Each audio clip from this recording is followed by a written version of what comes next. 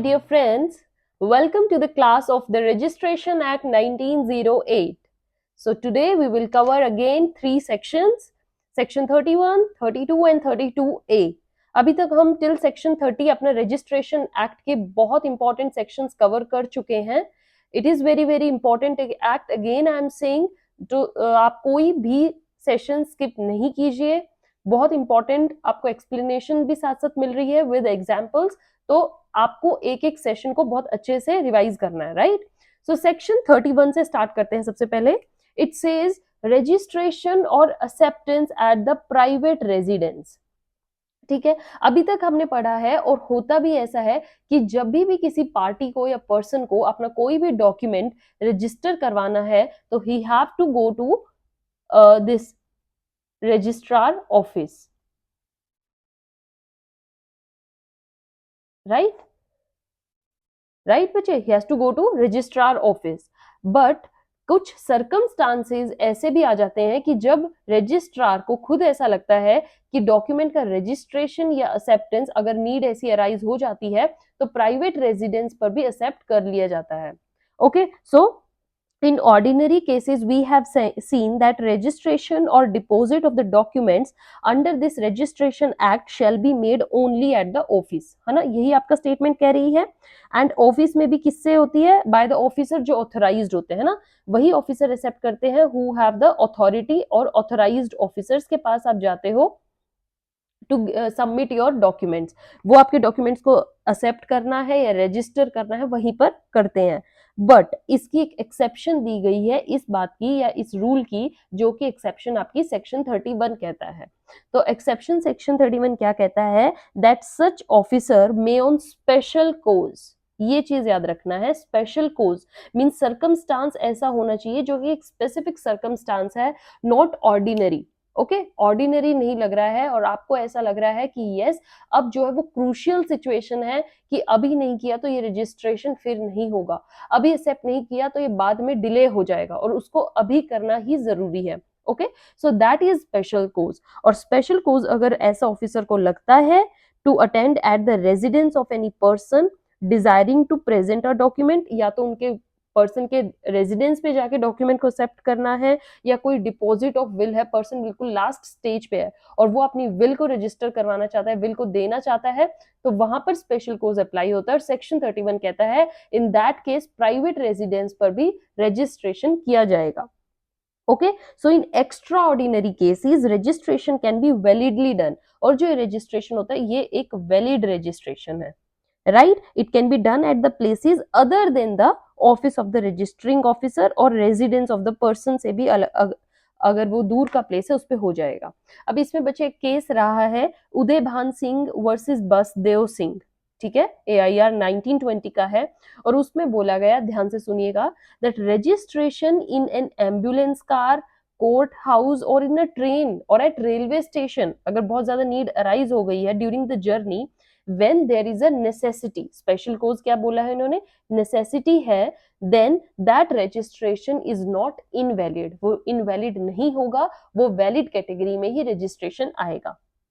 Right, अब यहाँ पर मैंने बोला है कि रजिस्ट्रार जो ऑफिस होता है, रजिस्ट्रार ऑफिसर, उनको ही खुद देखना होता है, एग्जामिन करना होता है कि ये एक स्पेशल कोज की सिचुएशन बन रही है कि नहीं, है ना? The word may on special cause जो ये दिया गया, इट इम्प्लाइज कि रजिस्टरिंग ऑफिसर इज द जज ऑफ द सफिशिएंसी. वो इस टाइम पर जजमेंट खुद करेंगे, उनकी जजमेंट जो है वो आपको देखनी है कि उन्होंने किस कैटेगरी में जजमेंट रखी है. राइट, उनकी जजमेंट ही सफिशिएंट होगी कि ये एक स्पेशल कोज बनता है कि नहीं, और उनके जजमेंट पर कोर्ट में आप सवाल नहीं उठा सकते. मींस आप उनकी जजमेंट को लेकर कोर्ट में नहीं जा सकते कि रजिस्ट्रार ऑफिसर ने या रजिस्ट्रार ने जाकर वहां ये किया है और उनको ये स्पेशल कोज लगा था, उन्होंने रजिस्ट्रेशन रेजिडेंस पर जाके कर दिया. नहीं, ये बात रजिस्ट्रेशन ऑफिसर की ही खुद की नॉलेज होगी, खुद की ही जजमेंट होगी. और अगर वो ऐसा उनको लग रहा है और ऐसी सिचुएशन दिख रही है कि अब रेजिडेंस पर ही जाकर रजिस्ट्रेशन करना जरूरी है, तो आप उनकी जजमेंट पर सवाल नहीं उठाओगे. Court has no power to question his decision. All right बच्चे, बहुत स्पेसिफिकली लिखा गया है, कोर्ट की उनकी डिसीजन पर क्वेश्चन उठाना बिल्कुल भी नहीं माना जाएगा. So this is your section 31. I hope now you understand कि registration can be done at the private place. Registering officer on special course being shown attend the residence of any person desiring, जो desire कर रहे हैं अपने document या will को देना चाह रहे हैं, उनके जाके private residence पर भी जाकर registration कर सकते हैं. All right बच्चे, now come to the next section, section 32. Section 32 बात करता है that person to present documents for registration. Registration देने के लिए कौन से पर्सन है जो कि ऑथोराइज्ड कैटेगरी में आते हैं. ये पर्सन ऐसे हैं authorised person who can present their documents for the registration. तो देखिए फर्स्ट नंबर पर तो वही पर्सन आएगा जिसका वो डॉक्यूमेंट है, right. It authorizes, section 32 basically authorizes the presentation of document for the registration by authorized persons, है ना. So in this category it is seen, इसके देखिए एक्सेप्शन हम पढ़ेंगे आगे भी. सेक्शन 31 में जो मैंने पढ़ा है, बोला है कि सेक्शन 31 और कुछ केसेस आप सेक्शन 88 में पढ़ेंगे. एवरी डॉक्यूमेंट कहाँ पर रजिस्टर होगा, रजिस्ट्रार ऑफिस में ही जाकर होगा. अब आप हर जगह ये नहीं लगा सकते हैं. अगर आपका सिचुएशन एक्सेप्शन 31 में पड़ रही है या हम सेक्शन 88 करेंगे, 89 करेंगे, उनके अंडर आप अगर आ रहे हो तो आपको एक वैलिड डिस्चार्ज मिल जाएगा कि हाँ आपके जो रजिस्ट्रेशन वो प्राइवेट रेजिडेंस में हो जाएगा. बट अदरवाइज आपको हर सिचुएशन में जाकर खुद ऑफिस में जाना है और वहीं पर ही रजिस्ट्रेशन होगा, right. Whether such registration is compulsory और ऑप्शनल, वो एक प्रॉपर रजिस्ट्रेशन ऑफिस में जाकर आपको प्रेजेंट करना है. और उसको प्रेजेंट कौन करेगा, ऑथोराइज्ड पर्सन. ऑथोराइज्ड पर्सन कौन होता है, बाय फर्स्ट तो हो जाएगा दैट पर्सन जिसने वो खुद एग्जीक्यूट करवाना है, ठीक है. Person who want the execution, okay. Person executing और claiming under the same title. और in case of copy decree order आया है तो उस डिक्री और ऑर्डर के मतलब जिन्होंने भी फॉर एग्जांपल सेल या मोर्टगेज किया है वही पर्सन. फर्स्ट कैटेगरी भाई. सेकंड कैटेगरी में वो आते हैं द रिप्रेजेंटेटिव्स और असाइनीज ऑफ सच पर्सन. इन पर्सन के जो खुद रिप्रेजेंट कर सकते हैं उन पर्सन के ही रिप्रेजेंटेटिव्स, ओके, या फिर उनके असाइनीज. असाइनीज मींस कि कल उन पर उनका इंटरेस्ट आएगा. फॉर एग्जांपल फादर का इंटरेस्ट सन पे जाना है तो कल फादर की जगह सन भी जाकर रजिस्ट्रेशन करवा सकता है.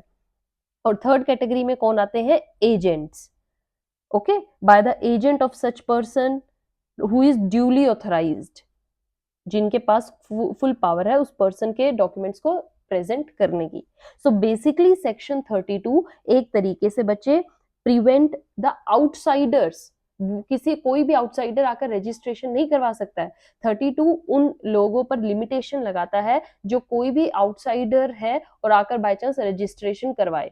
ये सिर्फ उन्हीं लोगों को अथॉरिटी देता है रजिस्ट्रेशन करवाने की जिनके पास एक ऑथराइज टाइटल है, ऑथराइज्ड पर्सन है उनके, या रिप्रेजेंटेटिव्स है उनके, असाइनीज है या उनके एजेंट है, right. So it prevents a mere outsider from presenting for registration a document with which he had no concern. अगर पर्सन का कोई इंटरेस्ट ही नहीं है उस डॉक्यूमेंट में, उसमें कोई कंसर्न ही नहीं है तो वो क्यों आ रहा है. कहीं ना कहीं एक चांस लगता है ना आपको कि इसमें से एक फ्रॉड हो सकता है, फोर्जरी हो सकती है, right. So to prevent that it is initiated the document must be this registered only by the authorised person, right बच्चे. ऑथराइज में रिप्रेजेंटेटिव्स आ सकते हैं, असाइनीज आ सकते हैं, एजेंट्स आ सकते हैं. आपको सेक्शन 32 अच्छे से क्लियर हुआ है. सेक्शन 32 बात करेगा present to person to present the documents for registration. 31 में हमने किया है कि रजिस्ट्रेशन एट प्राइवेट रेजिडेंस भी हो सकता है but only in exceptional cases. Now section 32A amendment के थ्रू आया है. 32A बात करता है compulsory affixing of photographs etcetera. Means अगर कुछ और भी डॉक्यूमेंट डिमांड करता है तो ये चीजें एक आपको फुलफिल करनी पड़ेगी, अदरवाइज वो डॉक्यूमेंट इनकम्प्लीट माना जाता है, ओके. जैसे मैं आपको बताती हूँ क्या, जैसे every person who is presenting any document at the proper registration office में, अगर वो अपना कोई डॉक्यूमेंट लेकर गया है, right, and he want to get it register, और उसको रजिस्टर करवाना चाहता है, कौन पर्सन, ये सब पर्सन आएंगे, ठीक है. वही पर्सन है, कोई भी ऑथराइज्ड पर्सन मींस जहां पर भी पर्सन की बात होगी वहां पर ये सब पर्सन हैं, उनके इंटरेस्ट, उनके असाइनीज, उनके एजेंट्स, उनके रिप्रेजेंटेटिव्स. सो जो भी पर्सन लेकर गया, he shall affix a passport size photograph. उस डॉक्यूमेंट पर एक पासपोर्ट साइज फोटोग्राफ लगेगी प्लस उनके फिंगरप्रिंट्स दोनों लगते हैं जब आप डॉक्यूमेंट्स को रजिस्टर करवाते हैं, राइट बच्चे. Photograph and fingerprints. तो इससे एक प्रूफ मिलता है कि यस ये पर्सन ही है जिसने रजिस्टर करवाया, he is the authorised one. और एक और चीज बचे, अगर डॉक्यूमेंट्स आपके रिलेट करते हैं इमूवेबल प्रॉपर्टी से और आप उसकी ओनरशिप ट्रांसफर कर रहे हैं, फॉर एग्जाम्पल आप लैंड है, आप वो अपने से किसी और पर्सन को रजिस्टर करवा रहे हैं, या अपना हाउस है, प्लॉट है, किसी और पर्सन को दे रहे हैं, बेच रहे हैं, और वो दोनों पार्टीज का होना रजिस्ट्रेशन ऑफिस में बहुत जरूरी है। प्लस पासपोर्ट साइज फोटोग्राफ्स, दोनों पार्टीज के फिंगरप्रिंट्स दोनों पार्टीज के लगेंगे, बायर एंड सेलर दोनों के। इस केस अगर इमूवेबल प्रॉपर्टी की ओनरशिप के अलावा कोई और डॉक्यूमेंट है तो सिर्फ वही पर्सन जो उसको देकर आ रहा है, रजिस्टर करवाना चाह रहा है, उसी पर्सन के। But in case immovable property है और इमूवेबल प्रॉपर्टी की आप ओनरशिप ट्रांसफर कर रहे हैं, ओनरशिप ट्रांसफर, तो इस केस में बायर एंड सेलर दोनों के ही फोटोग्राफ्स भी लगेंगे और दोनों की फिंगरप्रिंट्स भी होंगी, राइट बच्चे? So this is somewhere providing you what are the things that you have to done preliminary, आपको क्या क्या चीजें फॉलो करनी है डॉक्यूमेंट को रजिस्टर करवाने में, यहाँ पर वो सब चीजें दी गई हैं। सो registration act is in itself very very important act. Section 31, 32, 32A आज हमने कंप्लीट कर लिए हैं। I hope you understood them very well. बहुत ईजी लैंग्वेज है बच्चे, कंफ्यूज नहीं होना है, सेक्शन को ध्यान में रखना और सेक्शन क्या बात कर रहा है बस ये है, और कुछ नहीं याद करना। In next session we will cover the next one. Till then, keep watching, keep sharing, and don't skip any session. Thank you.